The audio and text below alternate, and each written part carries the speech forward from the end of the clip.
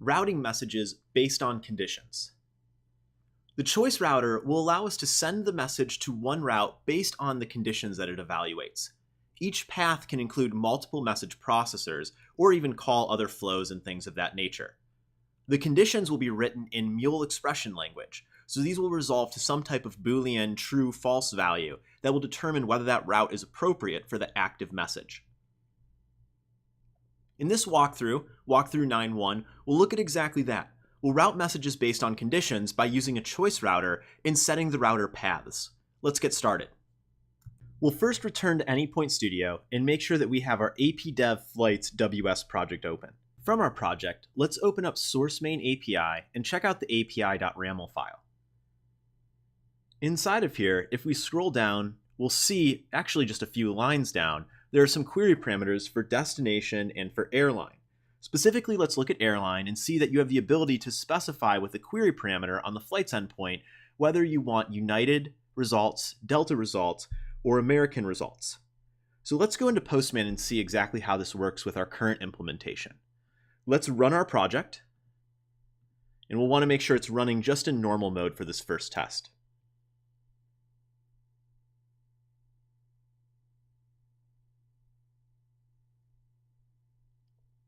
All right, once the project starts up, we'll head to Postman, and we'll start with a request to localhost 8081/flights, and let's ask for a request that goes out to CLE. So we'll look for flights to Cleveland and hit send. Now we'll get a result back with all of these different Delta flights for Cleveland based on our current implementation. Now clearly the ideal scenario in this case, based on our RAML definition, is to be able to add in another query parameter for flights where we can specify that the airline we're looking for is United, and we'll hit send. Now clearly, as of right now, this is not being respected. We still get the same Delta flights back for our destination. This is where routing is going to come in handy for us. So let's go back to Anypoint Studio and see if we can set this up. In the Mule palette, let's open up our routing area, our flow control. And inside of flow control, let's find the choice router. Now this choice router is going to let us put conditions in to determine where we want to route the request to. Let's drag the choice router to the left of our existing flow reference. And then let's bring our flow reference get Delta flights into the first part of the choice. Now as a trick here, when you want to add things into the choice as a new element, you want to look for this big vertical black line here. So when I drop it in with this black line in place, I can guarantee it will become a new route inside of this choice router. Now we're going to do this a couple times. We're going to bring a flow ref in here to give ourselves a couple more routes. So let's look for a flow reference in our palette. And again, use that same trick where to ensure it creates a new route, look for that large black vertical line. We'll drop in that one and then a third one inside of this choice area. All right. So now our flow contains an HTTP inbound endpoint, routes to a choice router, and then sends the request out to potentially other flow refs. Now we've clearly got a flow ref for Delta Flights flow. Let's double click on the middle flow ref, and let's set this flow ref to call the get United Flights flow. Then we'll do the same for the last flow ref, and we're going to set this one to the get American Flights flow. Now, in case we can't satisfy one of these routes, let's make sure we have a default item that can trigger here, kind of like an else statement. Let's put a last logger in that default box so that we can log something if need be.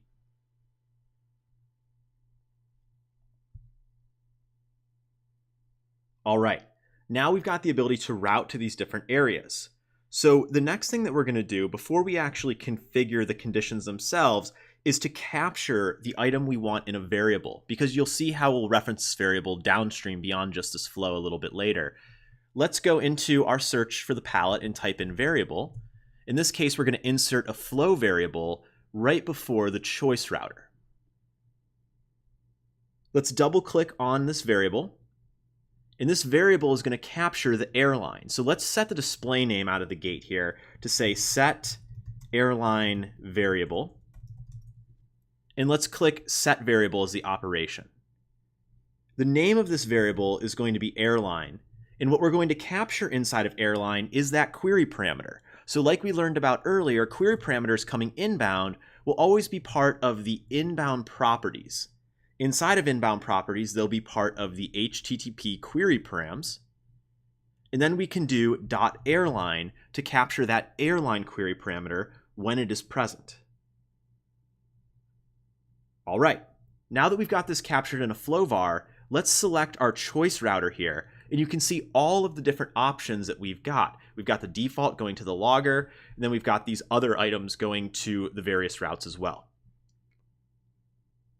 In the when area here for get delta flights flow, let's go in and let's write a mel expression. So we can put our hash with our brackets in, and we can say flow vars, we'll do dot here, dot airline equals delta. So this will be our expression for the get delta flights flow. And then as you can imagine, if you just single click down here for United, we can just copy and paste this and recreate it for each one of our airlines. Now you may notice it looks a little strange in the UI initially when you see the Delta flight and then the default kind of places itself out of order here. That's something that will resolve itself when the XML reevaluates. One thing that you can do as well, if you just want to make sure it's visually spot on, you can always just flip back to your config XML. And in fact, I'll show you while we're here. In the config XML, you can see the choice router that's been generated effectively with a bunch of when expressions inside with the flow ref that satisfies when that expression is true. Now, if you go back to the message flow, the XML will reevaluate. So next time you choose choice, you'll see it put it in the appropriate order based on what the graphical interface shows on your screen here. Now, on top of setting the airline variable, I'd also like to set the code, or airline code, if you will, inside of here.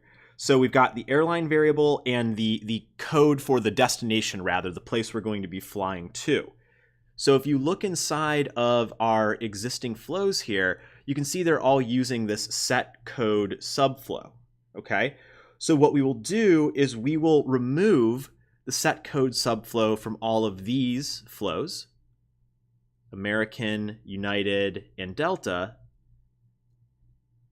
And right after we capture the airline variable here, let's put a flow ref in so that when this main flow gets called, it will also, and I'll double click here just so it's a bit easier for you to see, so that it will also go ahead and capture that code.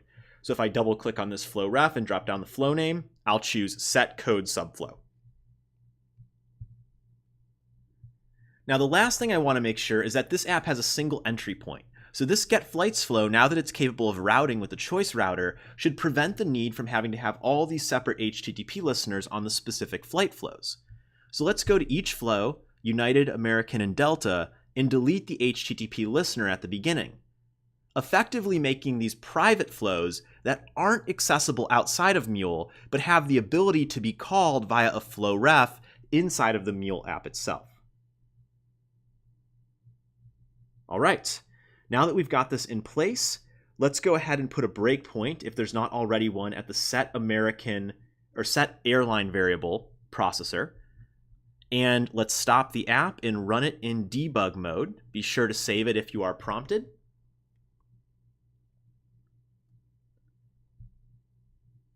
All right, and if asked to change perspectives, feel free to. Once this app does start up successfully, we're going to do some debugging based on a request and see if it routes appropriately in this choice router. So let's go back to Postman. And from Postman, we'll set our airline to United for the first request and hit send. Now back in Anypoint Studio, as we move through and debug, we'll step over to our choice router. And on top of our choice router, if we go to the variables area, you can see the captured variables include airline and code. Now, if we step forward again, if the choice is set up correctly, it should evaluate and go right to this United Flights flow. So we'll step forward. Now it's gone to the United Flights flow. And if we step through, you can see it route down, make the request in the transform, and then go to our final logger. Now, if we send this back, we should be able to go back to Postman and see those specific flights for United to our particular destination. Looking good. Now, I'd like you to take a moment and test out some of the others. If you go through and try Delta inside of here and send that request through, you could either continue to run this in debug mode, or you could just push through in normal run mode. Back inside of Postman, you should see the responses come back just as we had seen before. Now, what if we don't have an airline, or maybe even not even a code in here? So if we just call localhost 8081/flights and hit send, this request is going to go out, go back to Anypoint Studio and send it all the way through. This time we'll of course see it go into the default box of the logger, which will log the message.